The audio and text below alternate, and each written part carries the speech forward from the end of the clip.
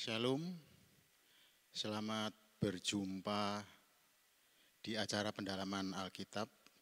Bapak, Ibu, Saudara yang dikasihi Tuhan, puji Tuhan, pada siang hari ini saya mendapatkan giliran untuk menyampaikan bagian saya, yaitu untuk membahas Injil Lukas, menyambung apa yang sudah disampaikan Selasa kemarin, baik oleh Saudara Hilary Haryanto maupun Bapak Penatua Insinyur Lindra Haryanto. Saya akan menyampaikan pada siang hari ini Injil Lukas pasal 9. Kita akan sama-sama mempelajarinya mulai dari ayat yang ke-37 sampai yang ke-62.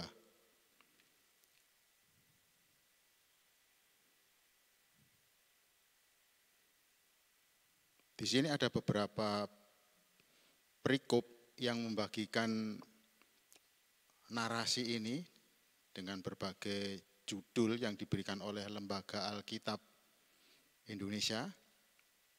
Untuk mempersingkat waktu, saya tidak akan membaca keseluruhan, tapi akan kita sama-sama menyimaknya di dalam bacaan per perikop. Perikop yang pertama adalah dari Injil Lukas pasal 9 ayat 37 sampai dengan yang ke-42.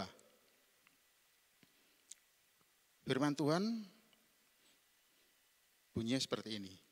Pada keesokan harinya ketika mereka turun dari gunung itu, datanglah orang banyak berbondong-bondong menemui Yesus.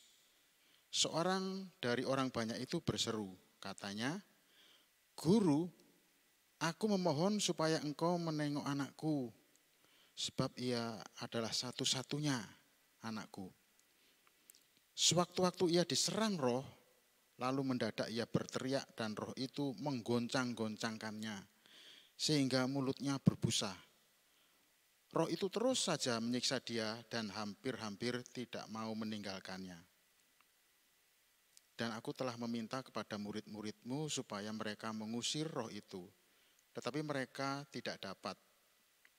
Maka kata Yesus, "Hai kamu angkatan yang tidak percaya dan yang sesat, berapa lama lagi aku harus tinggal di antara kamu dan sabar terhadap kamu? Bawalah anak itu kemari." Dan ketika anak itu mendekati Yesus, setan itu membantingkannya ke tanah dan menggoncang-goncangnya, tetapi Yesus menegur roh jahat itu dengan keras dan menyembuhkan anak itu, lalu mengembalikannya kepada ayahnya. Sampai di sini dulu, mari kita sama-sama mencoba untuk memahami apa yang bisa kita pelajari dari perikop ini. LAI memberikan satu judul, Yesus mengusir roh dari seorang anak yang sakit. Penyakit di sini bukan penyakit medis, tetapi penyakit yang disebabkan oleh adanya roh jahat. Sekalipun dampaknya berpengaruh kepada fisik, mental, dan tindakan anak itu, tapi itu yang menggerakkan adalah roh jahat itu sendiri. Memang judulnya Yesus mengusir roh jahat dari seorang anak yang sakit.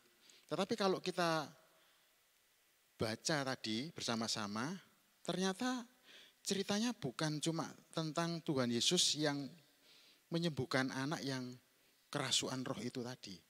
Tuhan Yesus juga memberikan satu teguran atau suatu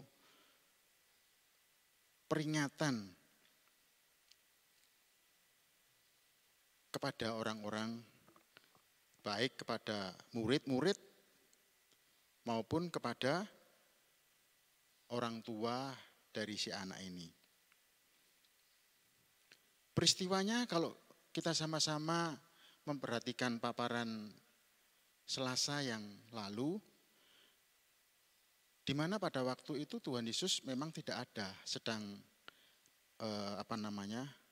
naik ke atas bukit dan di sana dipermuliakan. Sedangkan ke-9 selain Yohanes, Yakobus, dan Petrus yang diajak naik ke bukit itu, 9 ada di bawah. Maka orang yang memiliki anak ini mendatangi murid-murid itu dan mohon supaya anaknya disembuhkan. Tentu orang tua ini tidak salah alamat, karena Selasa yang lalu itu juga Tuhan Yesus mengutus murid yang ke-12 itu untuk menyembuhkan orang yang sakit, yang seperti itu. Jadi orang tua ini datang pada tempat alamat yang betul. Cuma yang menjadi masalah adalah masalah ini tidak terselesaikan. Masalahnya ialah kemudian murid-murid ternyata tidak bisa menyelesaikan masalah ini.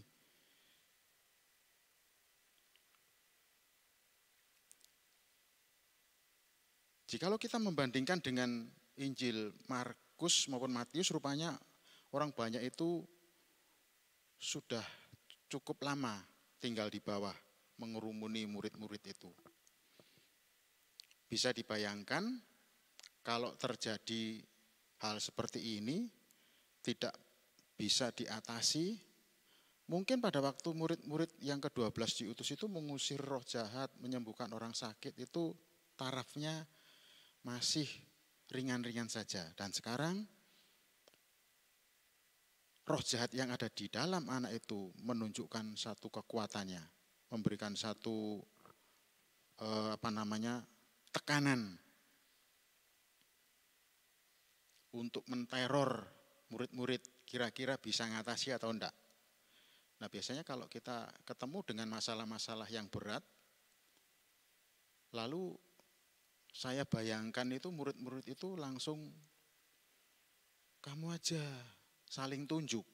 Kamu aja, wah saya enggak bisa, berat itu kayak gitu, enggak bisa saya. Biasanya itu sesuatu yang sering kali kita temui, bukan? Kalau ada masalah terjadi, sering kebanyakan itu saling tunjuk. Bukannya mencari solusi bagaimana bisa mengatasi kesulitan itu secara bersama-sama. Nah, kalau seandainya murid-murid itu cukup punya kreatif gitu ya, mungkin masalah itu bisa diatasi. Masalahnya kayaknya mereka sudah merasa terteror dengan roh yang ada di dalam anak itu yang membanting-bantingkan sedemikian rupa, bahkan mulutnya itu berbisa, sehingga murid-murid ini sudah kurang percaya diri lagi.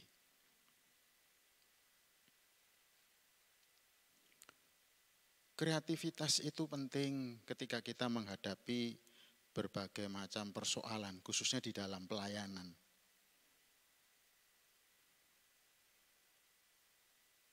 Kenapa demikian? Karena Tuhan Yesus itu sangat-sangat menghargai apabila ada kreatif-kreatif yang positif, bukan kreatif-kreatif yang negatif. Kalau ini paralelkan dengan peristiwa Musa pada waktu di atas gunung, ketika Musa itu menerima hukum, ke-10 hukum itu dalam loh batu, masih tidak terjadi apa-apa, tapi setelah Tuhan itu memberikan satu perintah untuk membuat kemah suci dengan ukurannya yang begitu mendetil. Cukup lama bangsa Israel itu ada di bawah gunung. Ini peristiwa lembu emas yang terjadi di dalam kitab Keluaran pasal 32. Bagaimana bangsa itu membuat satu kreativitas, tapi secara negatif, yaitu membuat lembu emas. Manusia sebetulnya bisa mempunyai kreativitas seperti itu, tapi kalau bisa itu kreativitasnya itu yang positif. Karena yang negatif ini justru menjauhkan mereka dari kebenaran-kebenaran yang seharusnya dihidupi.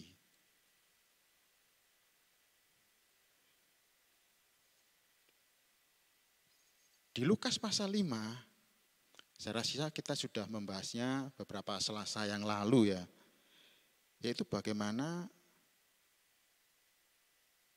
tentang 4 orang yang mengusung seorang temannya yang lumpuh. Itu di Injil Lukas pasal 5 ayat 18-19 itu dikatakan kreatif mereka itu sampai membongkar atap rumah di mana Tuhan Yesus itu sedang memberikan pengajaran di dalam rumah itu. Tuhan Yesus tidak marah. Justru Tuhan Yesus memberikan respon yang positif. Nah, kenapa peristiwa ini tidak membuat murid-murid pada waktu itu tumbuh kreativitas yang positif? Bukankah Tuhan Yesus juga pernah bersabda, jikalau 2-3 orang berkumpul atas namaku, aku akan hadir di tengah-tengah mereka. Bukankah ketika mengadakan satu mezbah doa bersama-sama, Tuhan akan merespon? Nah, berapa kali seharusnya kadang-kadang kita itu harus berdoa. Memang dikatakan di dalam Injil Markus itu ketika anak ini sudah sembuh, murid-murid itu tanya. Tetapi di Lukas ini tidak menanyakan hal itu. Murid-murid bertanya, kenapa kami tidak bisa menyembuhkan? Tuhan Yesus mengatakan, jenis seperti ini harus melalui puasa dan doa. Artinya itu keberserahan kepada Tuhan. Keberserahan kepada Tuhan itu tidak cukup satu kali. Tuhan, aku sudah berserah. Terus tidak terjadi apa-apa. Lalu kita mundur, itu bukan berserah. Kita lihat contoh-contoh beberapa hamba Tuhan yang ada di Alkitab. Saya banyak menemukan inspirasi atau contoh-contoh kasus itu di dalam Alkitab. Misalnya Naaman yang ingin disembuhkan oleh Elisa. Itu harus 7 kali masuk sungai Yordan yang kotor itu. Nah, Elia dikatakan dia adalah seorang nabi yang berbicara tidak akan turun hujan selama 3 tahun. Elia berkata, kecuali aku nanti mengatakannya, baru hujan akan turun. Lalu pada saat hujan akan turun, ternyata Nabi Elia tidak cuma, ya Tuhan turunkanlah hujan. Seperti ketika dia berdoa, turunkan api untuk menyambar mezbah yang ada persembahan, kemudian dituangi air, tidak seperti itu. Dia berdoa, berlutut, dan kemudian dia menyuruh hambanya. Coba lihat ke wilayah laut. Hamba ini kembali, tidak ada apa-apa. Maka Elia berdoa. Setelah ke-7 kalinya, baru ada awan sebesar telapak tangan. Kemudian Nabi Elia mengatakan kepada Ahab, kepada Raja Ahab, supaya lekas-lekas pulang, sebab tidak lama hujan lebat dan petir akan turun. Betul.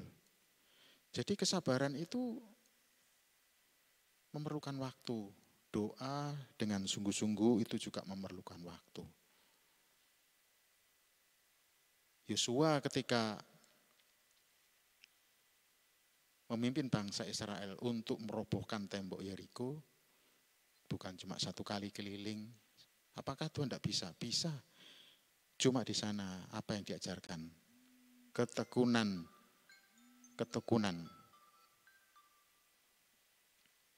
Ketekunan itulah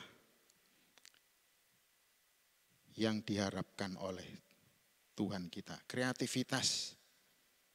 Sehingga tidak saling menyalahkan, tetapi ada satu kreatif yang positif. Pasti ini akan memberikan jalan keluar. Nah, kita melihat di dalam narasi atau kisah-kisah seperti ini banyak sekali murid-murid Tuhan itu ketemu dengan masalah-masalah yang sebetulnya dia itu bisa belajar dan kita juga bisa belajar.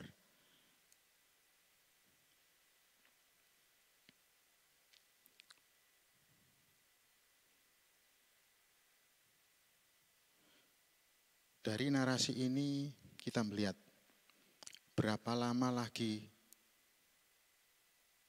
aku harus tinggal di antara kamu dan bersabar. Waktu Tuhan Yesus tidak lama ada di bumi ini. Dan itu sebabnya murid-murid dituntut untuk secara cermat mempelajari apa yang dikatakan oleh Tuhan Yesus. Nah, kita lanjutkan saja. Setelah anak ini disembuhkan, kemudian kita akan membaca perikop berikutnya. Yaitu Injil Lukas pasal 9 ayat 43 sampai 45. Maka takjublah semua orang itu karena kebesaran Allah. Ketika semua orang itu masih heran karena segala yang diperbuatnya itu, Yesus berkata kepada murid-muridnya, dengarkanlah dan camkanlah segala perkataanku ini. Anak manusia akan diserahkan ke dalam tangan manusia. Mereka tidak mengerti perkataan itu, sebab artinya tersembunyi bagi mereka. Sehingga mereka tidak dapat memahaminya dan mereka tidak berani menanyakan arti perkataan itu kepadanya. Murid-murid ketika diberitahu tentang penderitaan Tuhan Yesus yang akan dihadapi karena waktunya tidak lama lagi, dikatakan oleh Lukas bahwa ini tersembunyi. Betul-betul tidak dapat dipahami. Mereka cuma terkagum-kagum dengan apa yang sudah diperbuat oleh Tuhan. Biarlah kekaguman dan segala keajaiban itu jangan sampai menutup telinga kita sampai kita melaluinya tidak membuat siap mendengarkan perkataan Tuhan. Seolah-olah kita ketika ibadah, ketika mendapatkan renungan, disampaikan contoh-contoh, kesaksian-kesaksian tentang mukjizat, kita turut bergembira, lalu kita coba untuk terlena di sana. Tetapi satu peringatan dari Tuhan, satu pernyataan dari Tuhan yang begitu penting kadang-kadang kita abaikan. Memang untuk dapat menangkap dengan baik, seperti yang Tuhan Yesus katakan, dengarkanlah dan camkanlah. Tanpa mendengarkan dan mencamkan, maka apa yang kita peroleh dari khotbah maupun dari renungan selalu tidak tepat pada sasaran. Selalu meleset. Sehingga kita perlu belajar untuk mencamkan.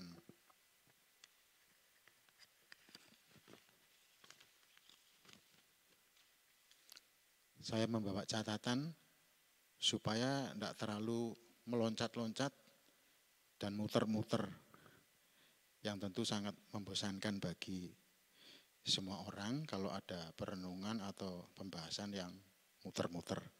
Mudah-mudahan saya tidak terlalu muter-muter karena saya sendiri juga belajar. Tanpa kita mendengarkan dengan baik dan mencamkan itu dalam hati kita, kita tidak bisa memahami kebenaran firman Tuhan. Ada kalanya firman Tuhan itu mudah dimengerti, tapi ada kalanya masih menunggu saatnya untuk kita mengerti. Tetapi di sana murid-murid itu bukannya mencamkan, malah dia takut untuk bertanya kepada Tuhan. Sehingga mereka tidak berani bertanya, bahkan mereka juga tidak memahami apa yang dikatakan oleh Tuhan Yesus. Mereka terlalu terlena, terlalu heran, dikatakan terlalu terkesima dengan keajaiban yang roh itu bisa keluar. Selanjutnya kita jalan terus, kita akan melanjutkan di Lukas 9 ayat 46 sampai 48, 2 ayat saja. Maka timbullah pertengkaran di antara murid-murid Yesus tentang siapakah yang terbesar di antara mereka. Tetapi Yesus mengetahui pikiran mereka, karena itu ia mengambil seorang anak kecil dan menempatkannya di sampingnya dan berkata kepada mereka, barang siapa menyambut anak ini dalam namaku, ia menyambut aku. Dan barang siapa menyambut aku, ia menyambut dia yang mengutus aku. Karena yang terkecil di antara kamu sekalian, dialah yang terbesar. Bukti bahwa murid-murid tidak mencamkan apa yang dikatakan oleh Tuhan, sekalipun pikiran mereka itu sebetulnya sudah diketahui oleh Tuhan bahwa mereka tidak menyadari pikiran mereka masih berpola duniawi. Yang ada di pikiran mereka justru malah tanya, bahkan bertengkar siapakah di antara mereka yang terbesar. Nah, Tuhan Yesus mengetahui apa yang ada di benak dari murid-murid ini. Mungkin tidak semua murid yang mempertentangkan ini, kalau kita perhatikan itu ada Injil lain yang mengatakan itu Yohanes, Yakobus, Petrus, mungkin itu, tapi yang lain-lain juga ikut terlibat saya rasa ini. Mungkin mereka menangkap seandainya Tuhan Yesus nanti ditangkap, diserahkan kepada manusia, siapa nanti yang akan memimpin? Bahkan mungkin mereka itu berpikir, wah seandainya saya nanti jadi orang nomor 1 setelah Tuhan Yesus atau nomor 2 setelah Tuhan Yesus, pasti tokoh-tokoh agama tua-tua Israel itu dan pemerintahan Roma melalui raja-raja wilayahnya ataupun melalui wali-wali negeri yang ada di wilayahnya itu pasti akan datang kepada murid-murid itu. Terus bagaimana caranya mempersiapkan diri menghadapi hal-hal seperti itu? Mereka pikirnya akan disegani. Kalau ahli Taurat, Farisi atau Israel saat ini, oke lah, mereka tidak menghargai Tuhan Yesus. Tapi nanti murid-murid mungkin bisa punya metode, punya cara tersendiri apabila diberi kuasa atau diberi jabatan seperti itu. Mungkin sudah terpikir seperti itu. Tetapi Tuhan Yesus mengetahui pikiran mereka dan Tuhan Yesus itu langsung mengambil seorang anak kecil. Mungkin anak ini anak orang miskin. Seperti ciri khas Lukas menulis selalu status kondisi miskin ini ditonjolkan. Nah, Tuhan Yesus mengatakan, barang siapa menyambut aku, menyambut anak ini dalam namaku. Apa yang bisa diperbuat oleh seorang anak, katakanlah anak itu miskin. Bukankah anak itu cuma merepotkan, menyusahkan? Justru Tuhan Yesus mengatakan, orang yang mungkin seperti anak kecil cuma bisanya menyusahkan, tetapi ketika menyambut Dia seperti menyambut Tuhan, dia sama dengan menyambut Tuhan. Untuk menyambut anak yang bisanya merepotkan dan seperti menyambut Tuhan, kita tidak bisa dengan kekuatan kita sendiri. Mungkin 1 kali, 2 kali, seminggu, 1 bulan, lama-lama jengkel juga. Maka untuk bisa memiliki karakter seperti itu, tidak ada hal lain kecuali kita belajar dan minta pertolongan supaya Tuhan itu memberikan hatinya kepada kita. Sehingga kita tahu bagaimana menyambut anak yang merepotkan, menyambut pribadi-pribadi yang datang kepada kita yang cukup merepotkan, menyusahkan. Itu seperti kita mau menunjukkan sifat kasih Tuhan kepada mereka. Jadi tidak seperti yang dipaparkan murid-murid, nanti para tokoh-tokoh itu akan datang mengunjungi dan mungkin akan kenalan dan mungkin akan kerjasama. Tidak dibayangkan seperti itu. Tapi siapa yang mau melayani, yang mau merendah, dialah yang terbesar. Jadi Tuhan Yesus tidak langsung menunjuk orang siapa, tetapi dari perkembangan, dari proses, para murid nanti bisa diketahui sebetulnya siapa yang merendah seperti itu. Jadi murid-murid tidak usah tahu nama. Demikian juga di dalam pelayanan kita, siapa yang paling bagus, siapa yang kita lihat saja. Siapa yang dengan sungguh-sungguh, siapa yang dengan merendah. Bukan merendah itu terus apa adanya lalu kita tidak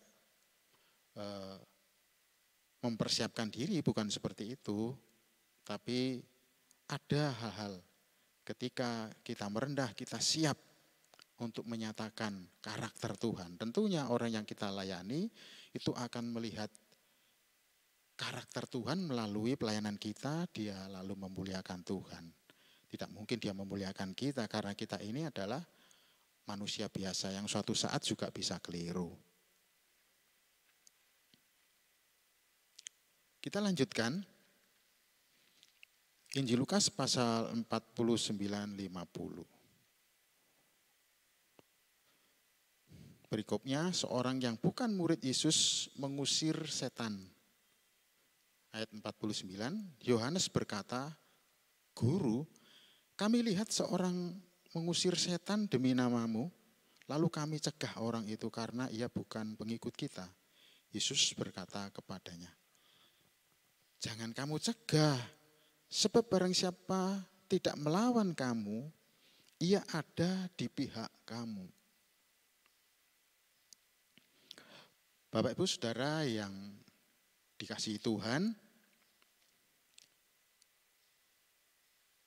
Tuhan Yesus itu dikatakan oleh Lukas, dia adalah juru selamat manusia sejati dan Allah yang sejati. Jadi kekuatan itu begitu dekat pada waktu itu. Tidak terlalu sulit untuk memakai nama Yesus bagi kesembuhan, asalkan orang itu dengan sungguh-sungguh yakin dan percaya. Karena yang membuat orang itu kesulitan untuk tidak menurunkan kuasa adalah ketidakpercayaannya. Saya tidak mengatakan bahwa hal ini bisa diterapkan pada saat ini. Alasannya kenapa? Nanti kita akan sama-sama membahasnya. Pada waktu itu pusat pertolongan Allah ada di dekat mereka. Maka meskipun Tuhan Yesus tidak bersama dengan dikatakan seorang lain yang tidak mengikut Tuhan Yesus, itu memakai nama Tuhan Yesus bisa sembuh, bisa mengusir setan. Ini sebetulnya menjadi pelajaran. Kenapa murid-murid justru yang punya pengalaman mengusir setan dan menyembuhkan penyakit ketika ditinggal ke atas bukit dan di bawah itu terjadi masalah tentang anak yang kerasukan yang tadi kita bahas tidak bisa sembuh. Apakah Tuhan Yesus terlalu jauh di atas bukit? Tidak, sebetulnya yang menghalangi adalah ketidakpercayaan mereka. Maka Tuhan Yesus mengatakan, sebetulnya Tuhan Yesus itu tidak tertarik dengan bungkusnya, casingnya. Bungkus itu bisa dimanipulasi. Bungkus itu bisa datang mengikut Tuhan kemana saja pergi seperti ahli Taurat dan orang Farisi itu. Tapi isinya apa? Isinya itu cuma dengki, mencari kesalahan. Tujuannya adalah untuk menyingkirkan Tuhan Yesus. Tuhan Yesus tidak tertarik dengan bungkusnya. Tuhan Yesus tertarik sekali dengan orang yang begitu percaya kepada Dia. Dan orang yang begitu percaya dia akan mengalami kebaikan-kebaikan Tuhan. Bahkan pengalaman itu akan menghantarkan dia kepada iman yang sesungguhnya. Dia akan belajar bagaimana dengan setia sampai dia menemukan iman yang sejati di dalam Tuhan Yesus Kristus. Tidak boleh kita lawan. Mungkin orang ini masih ada keterbatasannya. Kadang-kadang kita gampang saja menyalahkan orang yang masih dalam taraf belajar.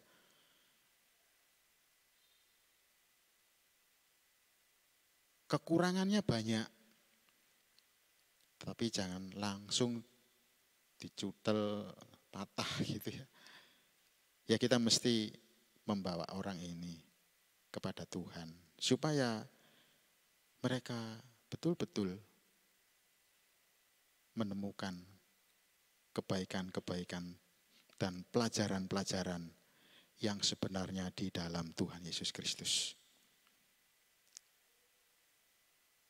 Sehingga Tuhan mengatakan, jangan kamu cegah sebab barang siapa tidak melawan kamu, ia ada di pihak kamu. Tidak ngelawan, cuma beda sedikit metodenya atau apanya gitu ya. Kadang-kadang kita itu beda sedikit aja sudah kita anggap musuh. Tanpa kita mau menjelaskan di mana letak ketidaksamaan dan mengapa ketidaksamaan ini bisa muncul. Mungkin dari rekan, sahabat kita, cara pandangnya dari sisi kanan, beda dengan dari sisi kiri, beda dari sisi belakang, dari sisi depan. Ya kita sama-sama membangun, saling menguatkan. Kita lanjut di ayat berikutnya. Lukas 9 ayat 51 sampai 56. Yesus dan orang Samaria. Ayat 51, ketika hampir genap waktunya Yesus diangkat ke surga, ia mengarahkan pandangannya untuk pergi ke Yerusalem. Ia mengirim beberapa utusan mendahului dia. Mereka itu pergi lalu masuk ke suatu desa orang Samaria untuk mempersiapkan segala sesuatu baginya. Tetapi orang-orang Samaria itu tidak mau menerima dia karena perjalanannya menuju Yerusalem.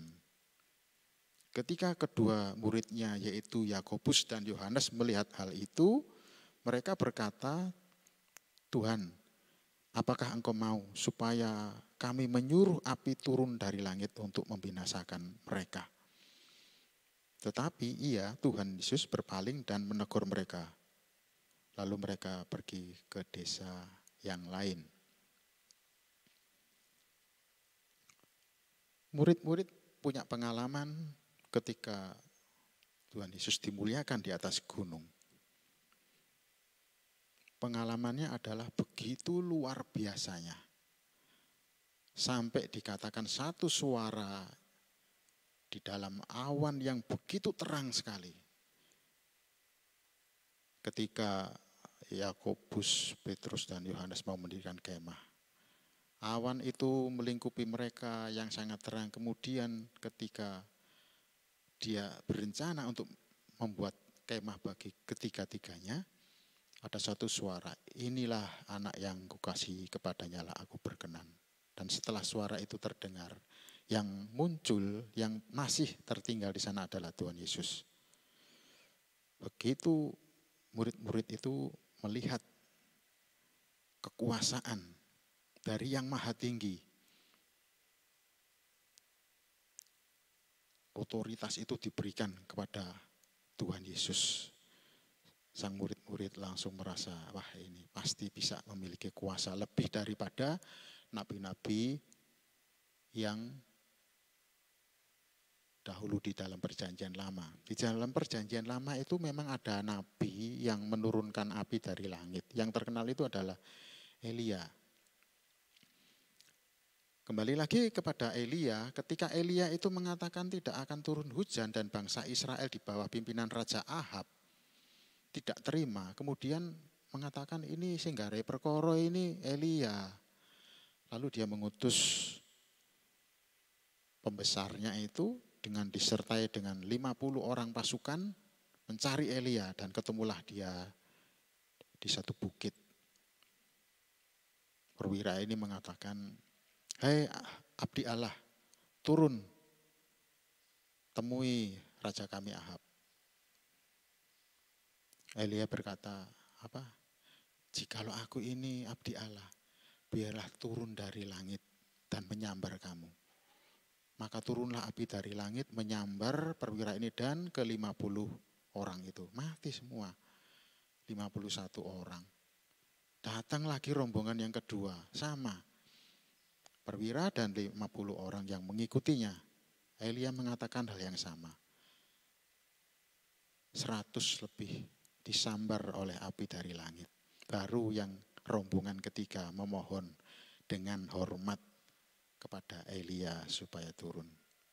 Nah, nyawa daripada perwira dan ke-50 anak buahnya ini selamat. Mungkin terinspirasi kisah seperti ini, maka murid itu mengatakan, wah ini orang Samaria ini tidak hormat sama sekali. Memang di Injil Yohanes pasal 4 itu ada satu percakapan Tuhan Yesus dengan seorang perempuan Samaria yang ada di Perigi, itu di sumur itu.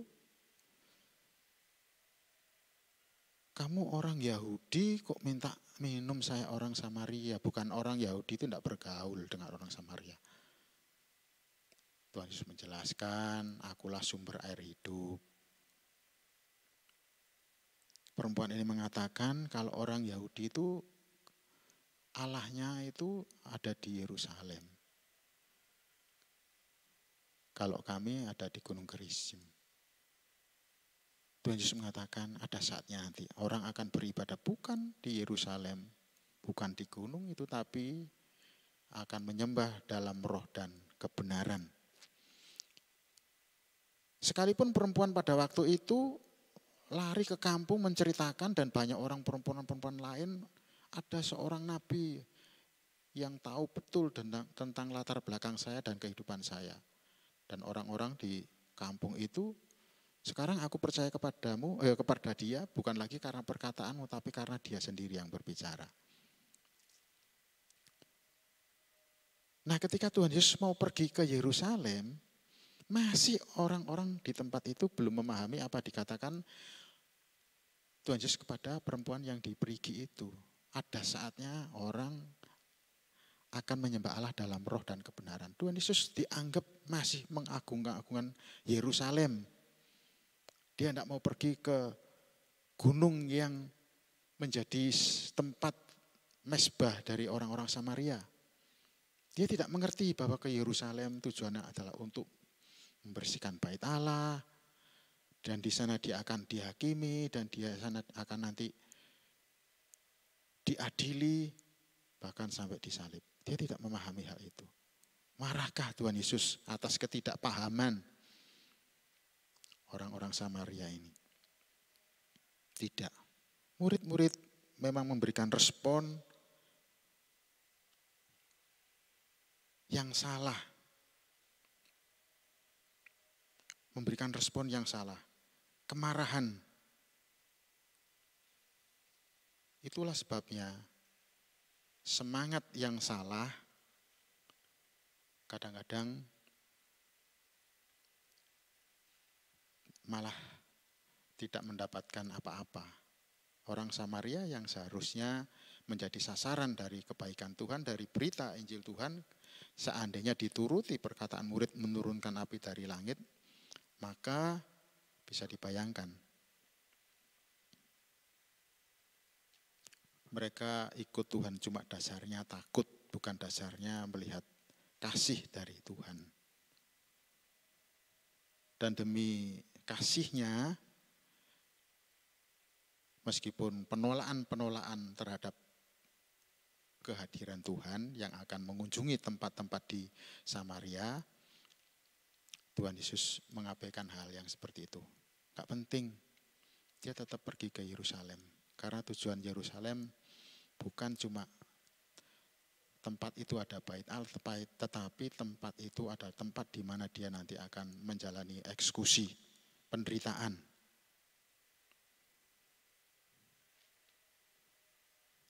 Semoga kita di dalam pelayanan maupun relasi kita dengan orang-orang ada di sekitar kita tidak gampang marah oleh karena ketidaksepahaman. Tapi biarlah kita belajar untuk menerima ketidaksepahaman ini. Mungkin mereka juga tidak punya niat buruk kepada kita. Jangan buru-buru kita punya prasangka yang lebih buruk dari mereka. Baiklah, kita lanjutkan. Mungkin ini perikop yang terakhir. Ya betul, ini perikop yang terakhir. Lukas 9 ayat 57 sampai 62. Ketika Yesus dan murid-muridnya melanjutkan perjalanan mereka, berkatalah seorang di tengah jalan kepada Yesus, "Aku akan mengikut engkau, kemana saja engkau pergi." Yesus berkata kepadanya, "Serigala mempunyai liang dan burung mempunyai sarang, tetapi anak manusia tidak mempunyai tempat untuk meletakkan kepalanya." Lalu ia berkata kepada seorang lain, "Ikutlah aku." Tetapi orang itu berkata, "Izinkanlah aku pergi dahulu menguburkan ayahku." Tetapi Yesus berkata kepadanya, "Biarlah orang mati menguburkan orang mati, tetapi engkau pergilah dan beritakanlah kerajaan Allah di mana-mana." Dan seorang lain lagi berkata, "Aku akan mengikut engkau, Tuhan, tetapi izinkanlah aku pamitan dulu dengan keluargaku." Tetapi Yesus berkata, "Setiap orang yang siap untuk membajak tetapi menoleh ke belakang tidak layak untuk kerajaan Allah." Ketika Tuhan Yesus melanjutkan perjalanannya, tiba-tiba dikatakan di sini, seorang di tengah jalan menemui Tuhan Yesus, mau mengemui Tuhan Yesus. Dan apa yang diucapkan oleh Tuhan Yesus bukan cuma kepada seorang ini, tetapi nampaknya Tuhan Yesus berkomunikasi dengan 3 orang. Nah, melalui perbincangan dengan ketiga orang ini diharapkan murid-murid itu berpikir, murid-murid itu mengoreksi motivasi apa yang ada di dalam hatinya ketika dia mengiring Tuhan Yesus. Petrus pernah berkata, "Tuhan, aku sudah mengikut engkau. Apa yang aku dapat?" Mengikut Tuhan Yesus itu bukan sesuatu yang nyaman. Kita seringkali mendengar kesaksian-kesaksian bahwa ikut Tuhan Yesus itu nyaman.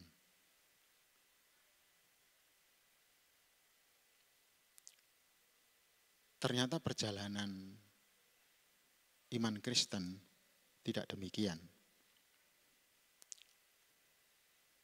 Saya itu mulai dari pertama kali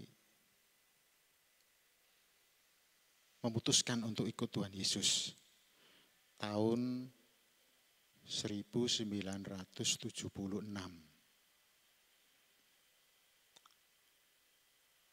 Saya hampir waktu itu menggebu-gebu mengikuti KKR di mana-mana. Dan saya ikuti khotbah-khotbah yang bagus-bagus. Saya ikuti cara yang bagus-bagus. Seperti khotbah kemarin ketika kita dengarkan di gereja kita, bagaimana pemimpin-pemimpin itu mengejek Nabi Tuhan. Tuhan itu kayaknya terlalu banyak aturan, harus gini, harus gitu, harus gini, harus gitu.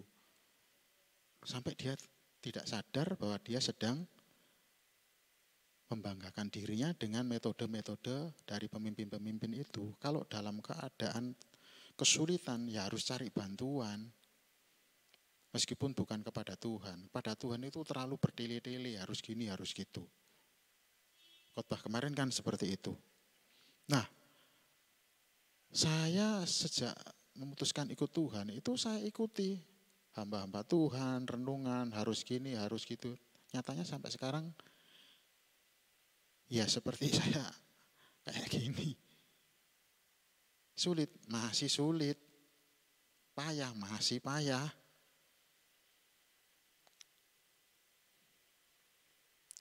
Lalu di mana penyertaan Tuhan? Ikut Tuhan sekian lama, belajar cukup panjang, suksesnya itu di mana? Saya sendiri tidak ngerti suksesnya di mana. Tapi apakah saya mau seperti pemimpin Israel di Yehuda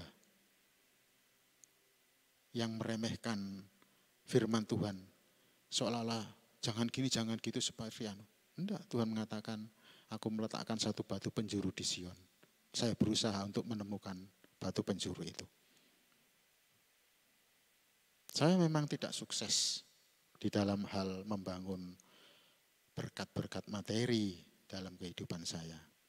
Tapi saya bersyukur jikalau saya masih ikut Tuhan terus, jikalau saya masih kepingin belajar terus, itu artinya roh Tuhan masih ada ditempatkan di dalam hati saya. Kalau roh anaknya itu tidak ada dalam batin saya, pasti ada roh dunia.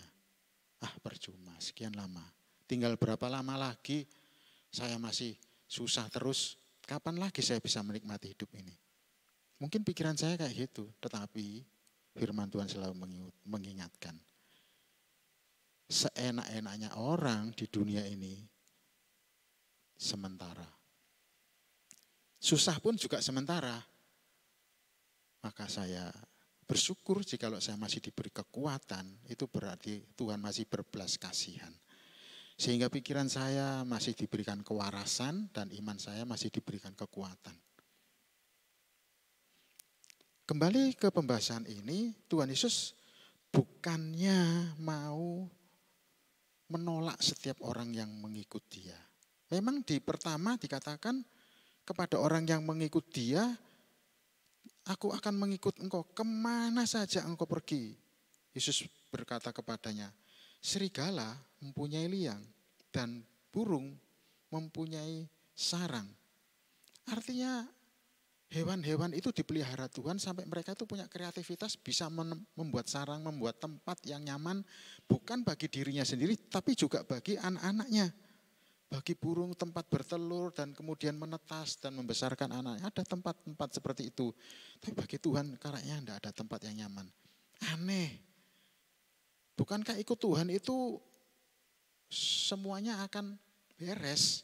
Bukankah ikut Tuhan itu semuanya akan aman, akan dituntun kepada kesuksesan? Jangan berpikir seperti itu. Dan kepada orang yang tidak ngomong, tidak menyatakan dirinya mau ikut Tuhan, Mungkin pada waktu itu ya sekedar kepingin tahu aja, ikut rombongan, gerudak-geruduk itu. Ini Tuhan Yesus ini kok lihat sana menyembuhkan orang yang barusan saja anaknya kena roh jahat kayak gitu, demonstrasi kayak gitu. Mungkin dia nanti lihat akan lagi kesembuhan-kesembuhan yang lain yang lebih hebat lagi atau mujizat-mujizat yang lain lagi. Nah kepada orang yang cuma riwa-riwi ikut ini Tuhan mengatakan, ikutlah aku. Tetapi orang berkata, izinkan aku menguburkan bapakku. Mungkin bapak itu sakit keras dan dia tidak mau meninggalkan orang tuanya. Bukan Tuhan Yesus itu mau mengajarkan supaya kita tidak punya moralitas, tanggung jawab kepada orang tua, keluarga kita, bukan seperti itu. Dan kepada yang lain lagi, yang juga ikut runtang-runtung dengan rombongan Tuhan Yesus itu.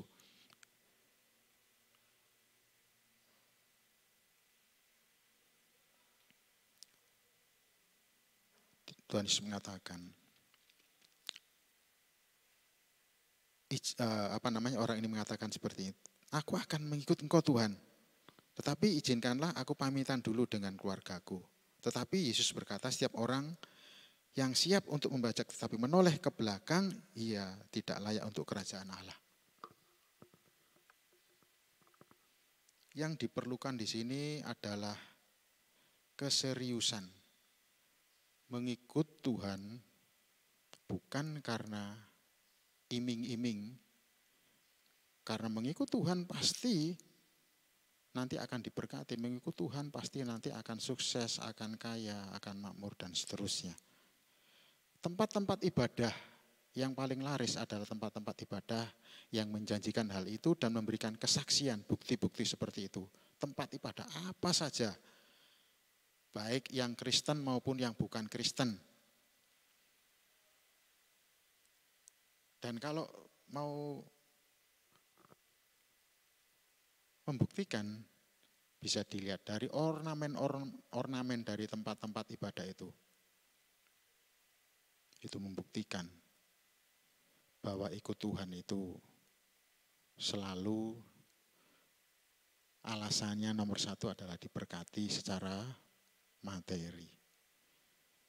Memang Tuhan itu memberikan berkat-berkat seperti itu. Tetapi ketika kita mengikut Tuhan, kita harus memikirkan harga yang harus kita bayar. Keseriusan yang harus kita jalankan, disiplin, itu yang harus kita perhitungkan.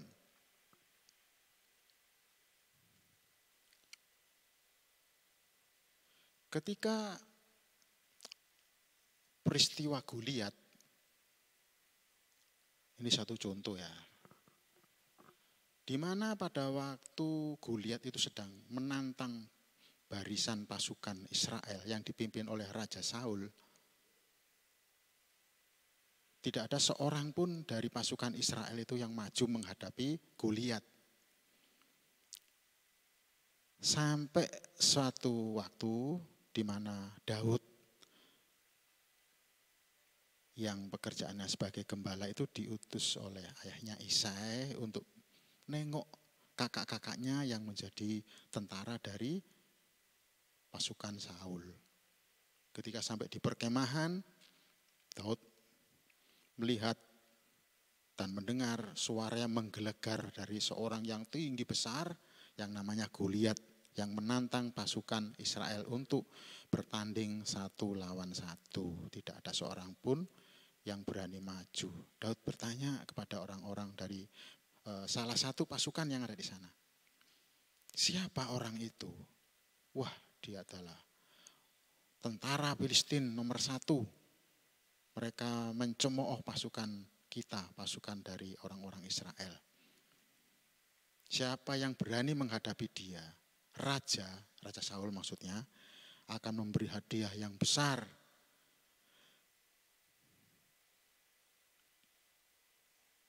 Dan akan memberikan anaknya. Kalau memberikan anaknya menjadi istrinya, otomatis kan jadi mantu.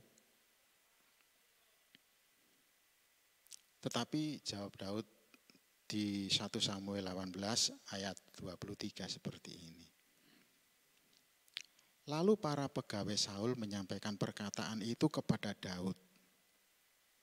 Tetapi Daud menjawab, perkara ringankah pada pemandanganmu menjadi menantu raja? Bukankah aku seorang yang miskin dan rendah?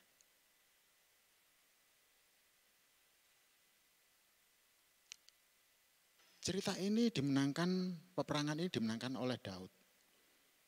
Tetapi ketika Daud tiba gilirannya untuk mendapatkan anak Saul, ceritanya berbeda. Justru Saul mempunyai tikat untuk membunuh Daud. Dengan cara-cara yang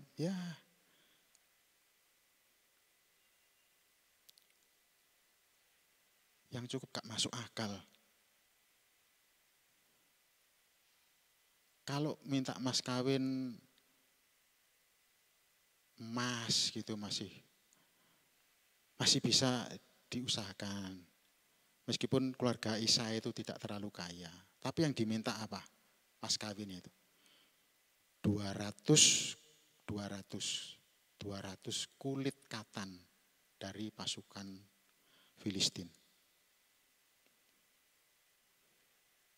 Lucu ya kadang-kadang itu. Tapi ini sebetulnya siasat Saul untuk membinasakan Daud.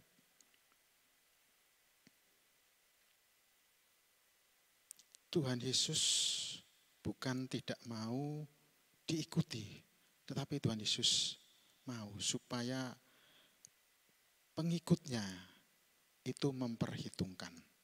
Ucapan Tuhan Yesus kepada ketiga orang ini yang bukan dari ke-12 murid, supaya perkataan ini dicamkan dan didengarkan oleh para murid.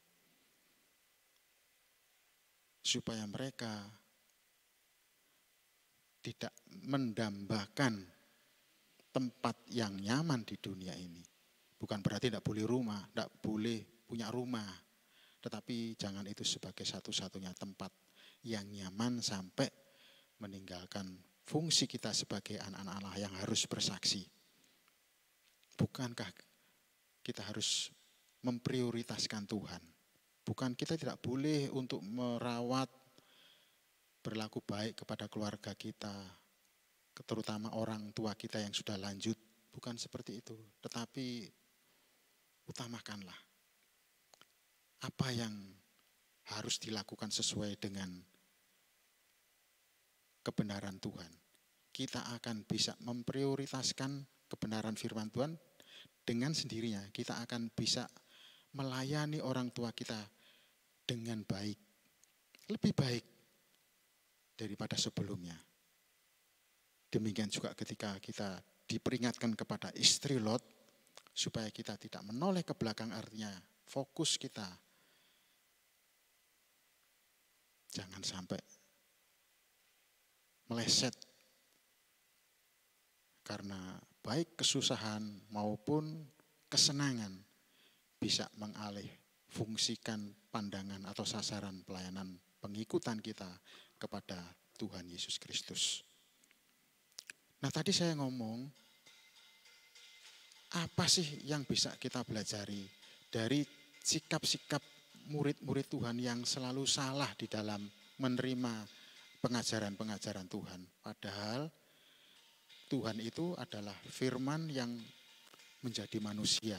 Dan Tuhan Yesus bukan hikmat yang ecek-ecek tentunya ya. Hikmat yang nomor 1, dia hikmat Allah. Saya suka bertanya, kenapa murid-murid itu tidak bisa nangkep perkataan Tuhan? Apakah perkataan itu tidak berkuasa? Sangat-sangat berkuasa. Tapi kenapa tidak bisa? Ini ada satu pelajaran bagi kita. Kita belajar Tuhan yang dekat, pengertian yang jauh, itu membuat kita belajar.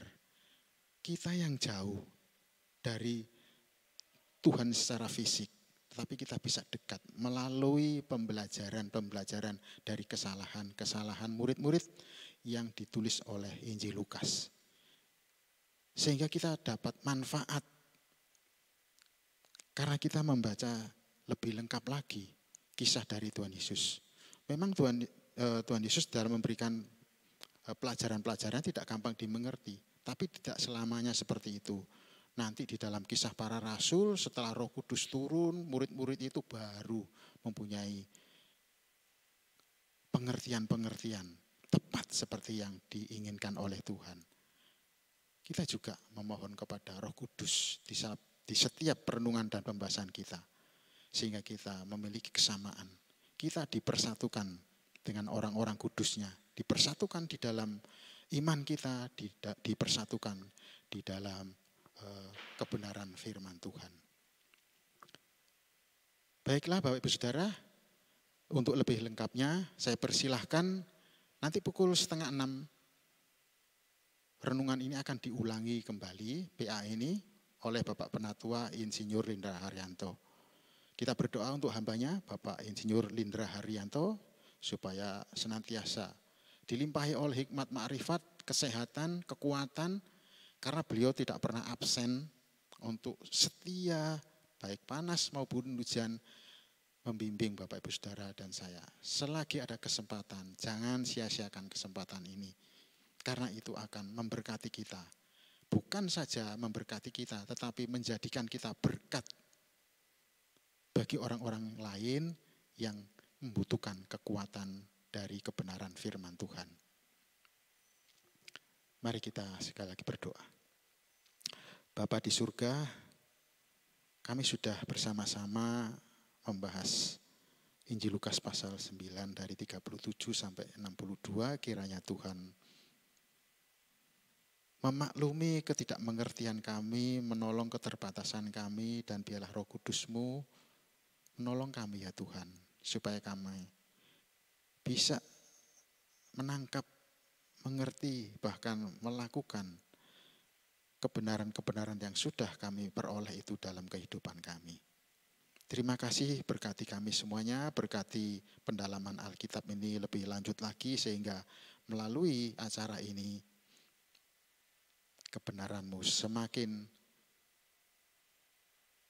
dapat dimengerti dan dapat dilakukan dalam setiap kehidupan anak-anak Tuhan yang Tuhan tentukan menjadi garam dan terang dunia. Mereka bisa berfungsi sebagaimana seharusnya.